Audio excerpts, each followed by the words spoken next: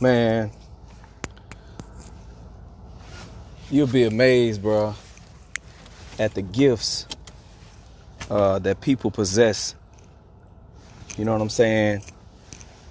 And how life circumstances will attempt to choke out that gift. You know what I'm saying? When man, it's a powerful young man, bro. Powerful young man. You know what I'm saying? I'm about to pass by him again. I'm not gonna turn my camera on him because you know what I'm saying, you don't want to put people out there like that. Hey man, thank you again for that word of encouragement, bro. Straight up, bro. You gonna be alright, man. I'm telling you. Trying, man. I'm trying. Nah, bro. You ain't trying. You doing it, bro. Trying is attempting something never done before. You doing it. What? For sure. I'm telling you, man. Watch what I tell you. Look, man. Check this out. So, let me tell you how the Lord do it, bro. You know what I'm saying? As I'm getting out the vehicle, going in, about to get some gas, you know what I'm saying? I see the guy in the corner of my eye, and I already knew what time it was, you know what I'm saying? Fam was finna beg or whatever. You know what I'm saying? But I just kept it moving, you know. So as I walked into the store, you know what I'm saying? I told the Lord, I said, Lord, if this young man speak into my life and give me a word of encouragement, I'm going to throw something at him. You know, I'm going to give him a little bread or whatever.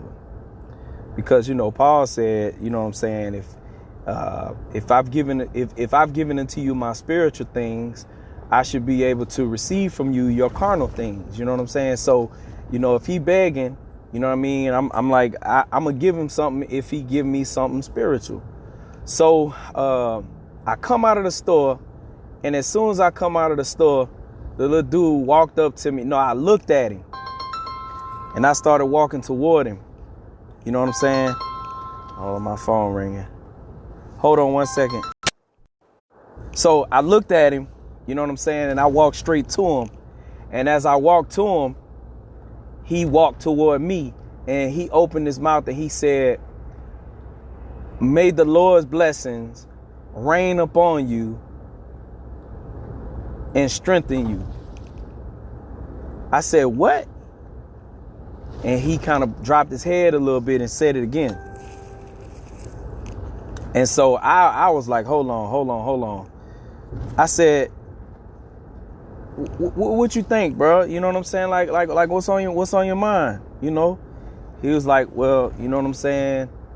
You know, what I said to you is on my mind. I was like, okay, tell me more. So he was a little hesitant, but he went in and, you know, started saying some very encouraging things, man. Very encouraging things, man. And I'm looking at this young man.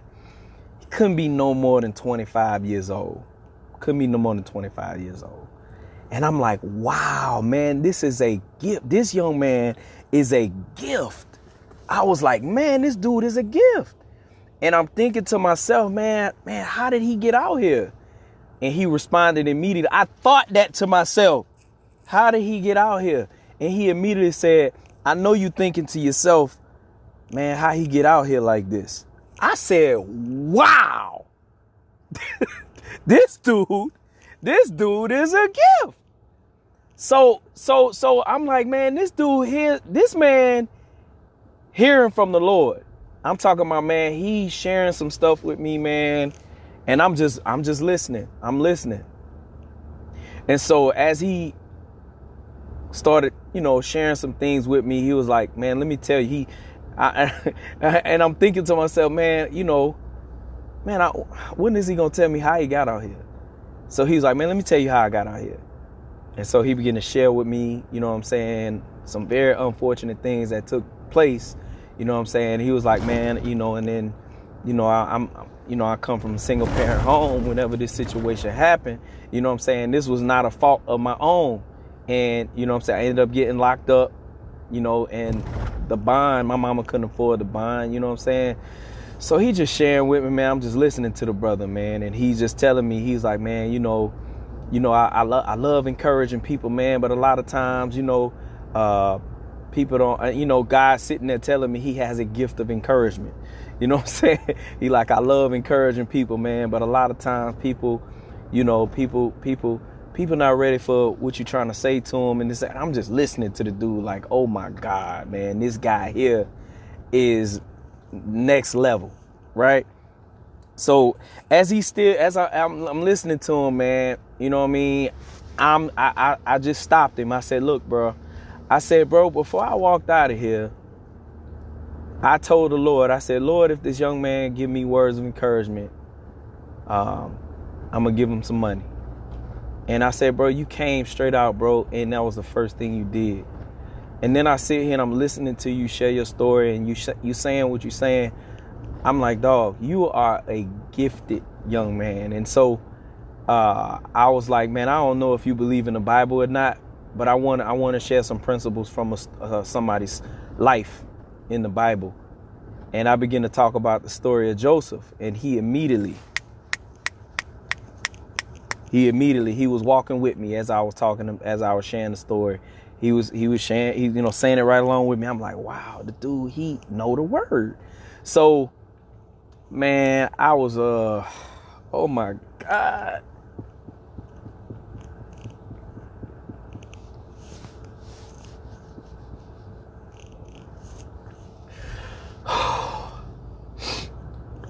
Man, there's so many gifted people out here, man. There's so many gifted people, man.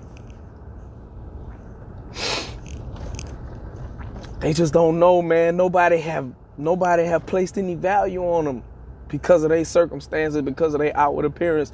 People not placing value on them.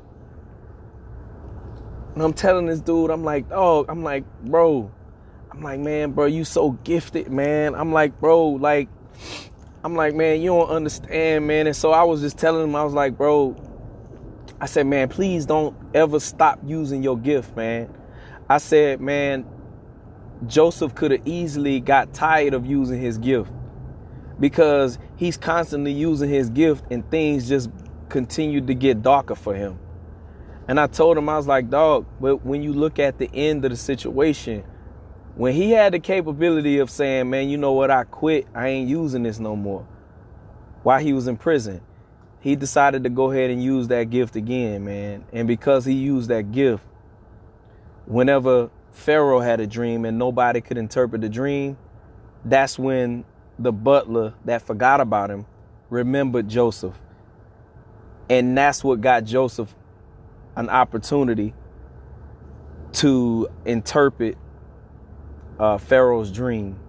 And because he was able to use his gift and interpret Pharaoh's dream, that's what got Joseph the opportunity that he got to be in charge of all of Egypt. So I was telling the dude, I was like, dog, I don't care what it look like, man. Keep using your gift, bro. Keep going to people and giving them a word of encouragement. Just keep doing that. He was like, bro, that's what I do.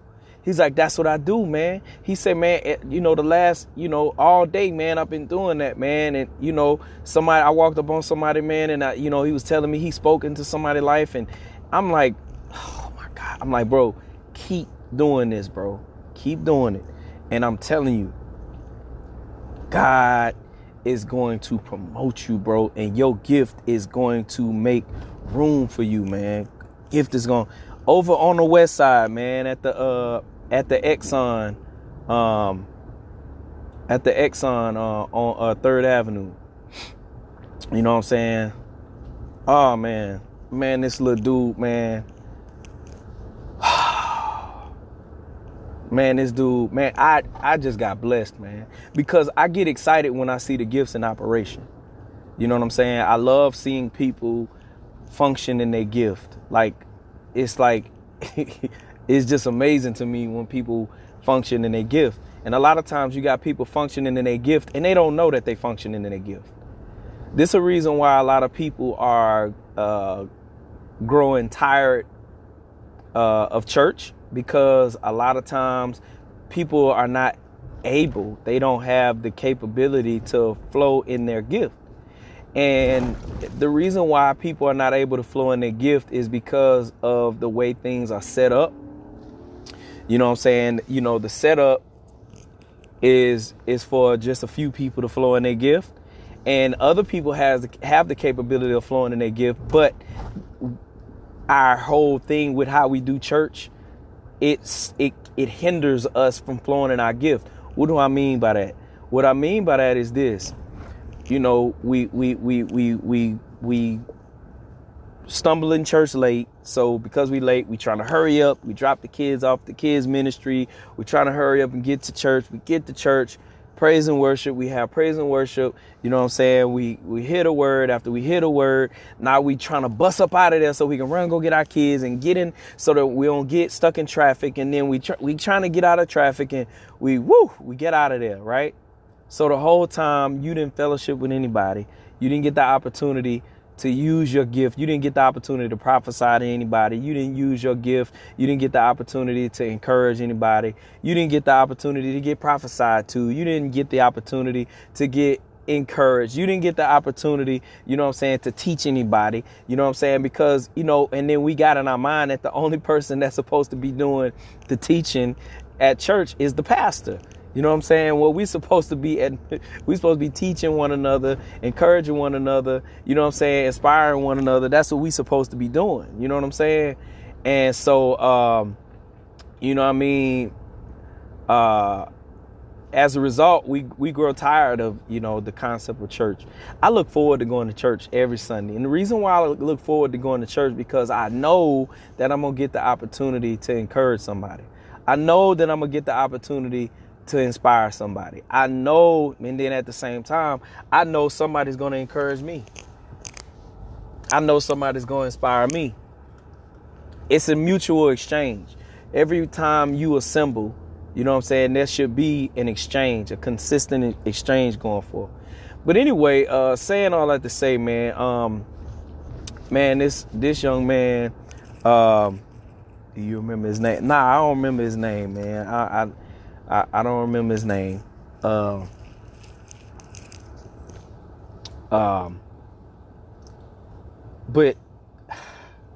man, this young man blessed me, man.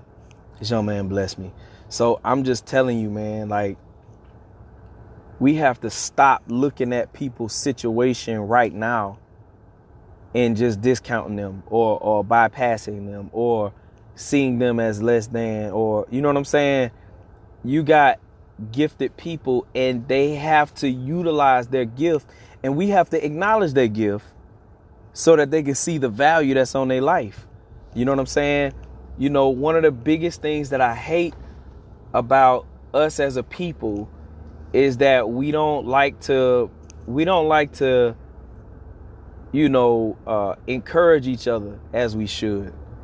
You know what I'm saying? We don't like to acknowledge other people's greatness.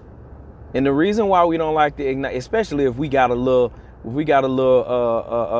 recognition going on in our personal life, if we got a little platform or a little influence, man, we don't like to turn around and speak into the lives of other people and build other, because we scared that they gonna surpass our greatness. You know what I'm saying?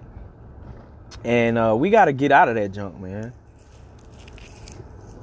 We got to get out of that junk, man. We got to make a conscious effort, man, to affirm other people and do it publicly. You know what I'm saying? That don't take nothing away from you because you affirm somebody else publicly, because you acknowledge someone else's greatness. That don't take nothing away from you. You know what I'm saying? But we fear that, you know, oh man, you know, I can't speak highly of them because, you know, that's going to make me look like I'm, man, get out of here with that junk, man.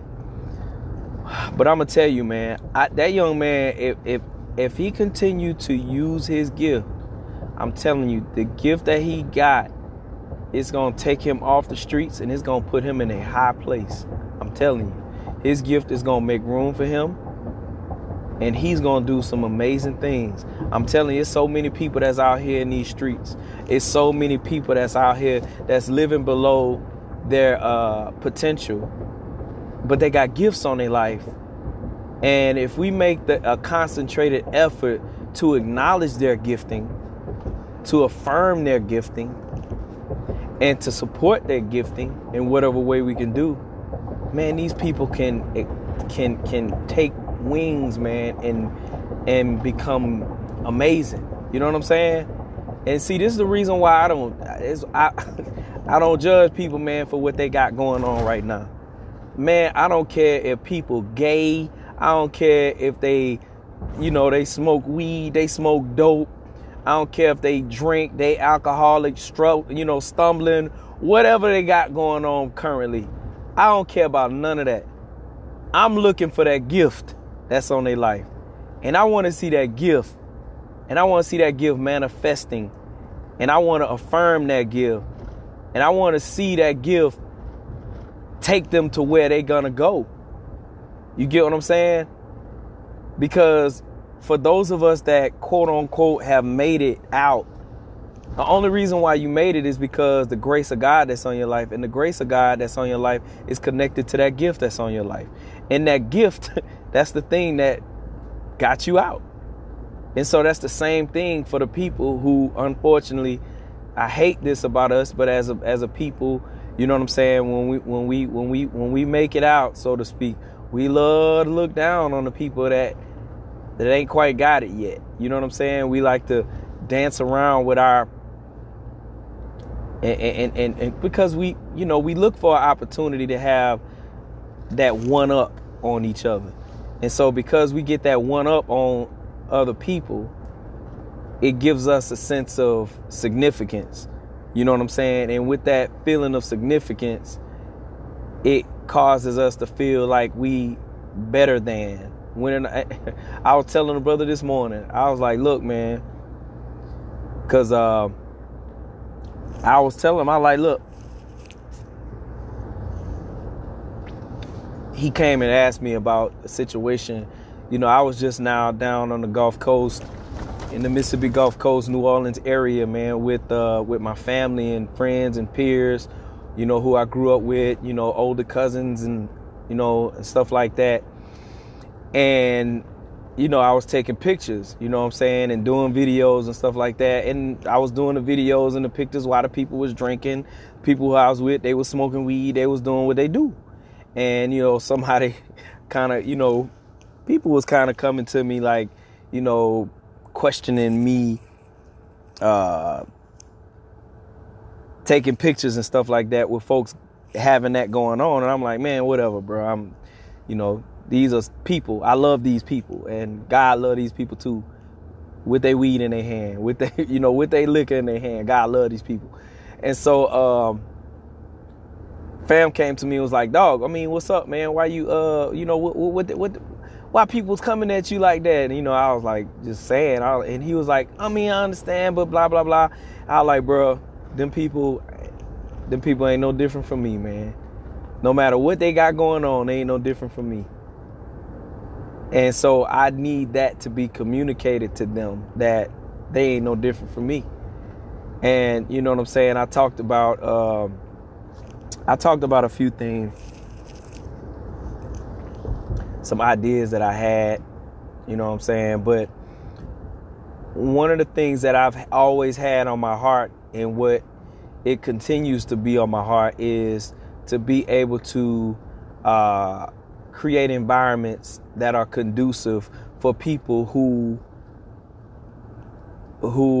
live a lifestyle in which the holier than thou people may not accept. You know what I'm saying? To create an environment where they can, where people like that will be comfortable, and being that they will be comfortable in this particular environment, we'll be able to, share the word with them and giving words of encouragement, because unfortunately, they're not walking into our churches feeling comfortable. You know what I'm saying? And it's because of the different things, you know what I'm saying? A lot of people grew up in church, and, you know what I'm saying, they had religious environments in which, people beat up on them because, you know what I'm saying, because they were sexually active, because they had children out of wedlock, because, you know what I'm saying, they smoke, because they drink, or whatever the case may be. They got beat up on in church. And so they don't feel comfortable. They don't feel welcome. You know what I'm saying? They don't feel worthy whenever they get around us or whenever they come into our environments. They don't feel worthy. And so I just believe we have to create environments in which people who may be struggling with different things, who may be living certain types of lifestyles, well, we could create an environment that's conducive to where we make them feel comfortable. We make them feel loved. We make them feel worthy. You know what I'm saying? Because at the end of the day, that's the very thing that the Lord did for us. You know what I'm saying? Some of us had the grace of God that was on our lives. Some of us had the grace to press through a lot of the issues that we had. You know what I'm saying? We was able to press through the being judged, and we was able to press through being condemned and being looked down upon. You know what I'm saying? Because of the way we look. You know what I mean? Man, that junk used to hurt me, man, because, you know, I remember when I first got saved, man, you know, here it is. I'm 6 months in, 8 months in, you know, I'm going hard. You know what I mean? You know, I put the weed away. I put the liquor away. You know what I'm saying? I stopped having premarital sex, all that stuff, man. So it's like I'm going into churches, man, and they not accepting me. People looking down on me. You know what I'm saying? You know, cats walking up on me talking about, hey, don't come into this church trying to take the women up out the church. Like, what? What you talking about? Oh, I know what you on. I know what you on. Like, what you talking about, man? I'm poking my chest out, bro. I don't even have premarital sex. You know what I'm saying? But, you know, stuff like that, man. And, you know, I done been put out of churches because of hats and, you know what I'm saying? And all type of stuff, man. So it was a grace that was on me to be able to press through that stuff and continue on in the church. But a lot of people have been pushed out, been pushed away, been turned away. You know what I'm saying? Because of they didn't measure up, you know? So we have to realize, you know what I'm saying? These people that we turning away, these are gifts. These are precious gifts. These are amazing gifts that we pushing away. These are gifts that's needed. Some of these gifts are needed, man. Some of the gifts that we pushed away are gifts, very gifts that could have taken our ministries to the next level. And these are the facts. You know what I'm saying? When I do, you know what I'm saying, LP hashtag the trap plan, when I talk about the trap plan, God is concerned about the people that are in the trap. You know what I'm saying? The people that are that society have thrown away. The people that society have pushed to the side. The people who society have said they are less than. These are the very people that God has a plan for, and God wants to use those people to take the body of Christ to the next level. But if we continue to ignore those people and not give attention to those people, we're not going to be able to contribute the value that God has given us to them. And if we contribute the value to these people, they are going to be the ones who are going to take off for God, and they're going to go hard for God, and they're going to do miraculous works for God. You know what I'm saying? And I'm very serious about that. And so to see this young man at the gas station and to see the gift that was on his life, to see him flow in the gift. Man, this dude flowed so freely. It was amazing. It was amazing. So, man, I just want to encourage everybody, man. I just wanted to share that, man, because that what I just experienced, bro, was absolutely amazing, man. It was absolutely amazing. Shucks, man. So, man, look, man, y'all have a good day, man. Enjoy the rest of y'all day, man. Y'all be blessed, stay blessed, and holla at your boy.